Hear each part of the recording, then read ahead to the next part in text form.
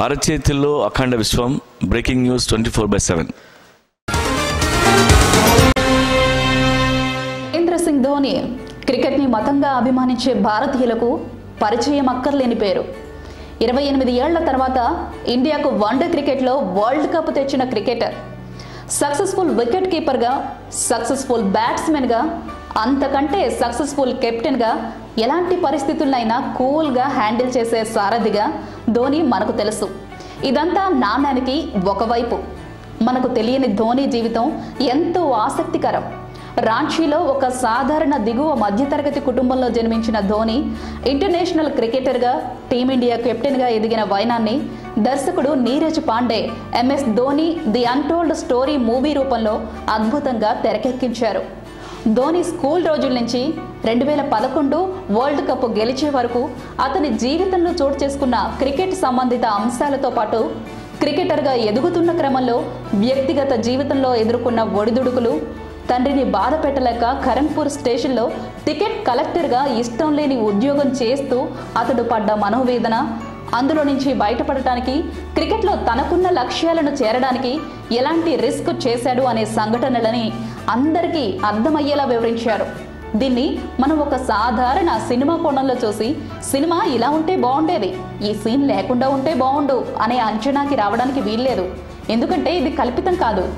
భారతదేశం గర్వించదగ్గ ఒక గొప్ప క్రికెటర్ రియల్ లైఫ్. ఈ సినిమా స్టోరీ విషయానికి వస్తే, ఓ వ్యక్తి 25 సంవత్సరాల తర్వాత ఇండియన్ క్రికెట్ జట్టులోకి ఎంపిక కావడం, తర్వాత తక్కువ టైంలోనే అతడు క్రికెట్ జట్టుకి కెప్టెన్ కావడం, 25 సంవత్సరాల తర్వాత ఇండియాకు అతడి నాయకత్వంలోనే వరల్డ్ కప్ రావడం జరుగుతుంది. ఇండియన్ క్రికెట్ జట్టులోకి చోటు కోసం ధోని ఎలా కష్టపడ్డాడు, తర్వాత అతడు కెప్టెన్ ఎలా అయ్యాడు, వరల్డ్ కప్ సాధించేందుకు, ఇండియా నెంబర్ 1 ర్యాంక్ సాధించేందుకు అతడు పన్నిన వ్యూహాలు ఏంటి లాంటి అంశాల సమాహారమే ధోని స్టోరీ. ఓ విధంగా చెప్పాలంటే ధోని జీవితాన్ని ఎవ్వరూ ఇప్పటి వరకు చూడని కోణంలో ఈ సినిమా ఉంటుంది. ఈ సినిమా విశ్లేషణ.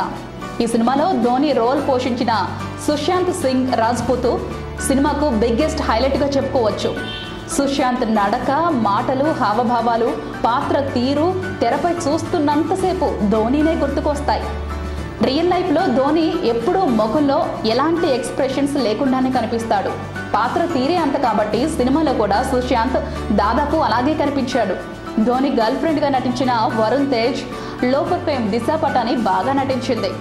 దర్శకత్వం, స్క్రీన్ ప్లే, డైలాగ్స్ తదితర కీలకమైన అంశాల విషయానికి వస్తే దర్శకుడు నీరజ్ పాండే తన బాధ్యతకు పూర్తిగా న్యాయం చేశాడు.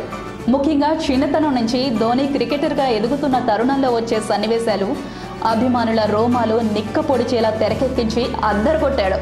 సినిమా ఎక్కడా బోర్ కొట్టకుండా నడిపించడంలో దర్శకుడు సఫలమయ్యాడు. కొన్ని చోట్ల సినిమా స్లో అయినట్లు అనిపించినా మళ్ళీ వెంటనే సినిమా పుంజుకుంటున్నట్లు ఉండడంతో ప్రేక్షకుల్లో ఆ ఫీలింగ్ రాదు. డైలాగ్స్ కూడా చాలా బాగున్నాయి. సినిమా నిడివి దాదాపు 3 గంటల పైనే ఉంది. ఇంత లెంత్ ఉండడం కాస్త బోర్ ఫీలింగ్ రావచ్చు. అయితే ఒక క్రికెటర్ జీవితాన్ని ఇంతకంటే తక్కువ సమయంలో కుదించి చూపడం అంత సాధ్యమూ కాకపోవచ్చు. అందుకే ఎడిటింగ్ విభాగాన్ని తప్పు పట్టాలనిపించలేదు. సినిమాటోగ్రఫీ ఆకట్టుకునే విధంగా ఉంది. సందర్భానుసారంగా అక్కడక్కడ వచ్చే కొన్ని పాటలు, మ్యూజిక్ పర్వాలేదు. బ్యాక్గ్రౌండ్ స్కోర్ ఎఫెక్టివ్గా ఉంది. ఫైనల్గా చెప్పాలంటే క్రికెట్ని అభిమానించే, ఇష్టపడే ప్రతి ఒక్కరికి ఈ సినిమా నచ్చుతుంది. ఇక ధోని అభిమానులకు పూర్తి సంతృప్తినిచ్చే సినిమా. అయితే క్రికెట్ గురించి ఆసక్తి చూపని వారికి, క్రికెట్ అంటే నచ్చని వారికి ఈ సినిమా కాస్త బోర్ ఫీలింగ్ రావచ్చు. ఫైనల్గా ఈ సినిమాకి మేమిచ్చే rating 3 stars out of 5 stars.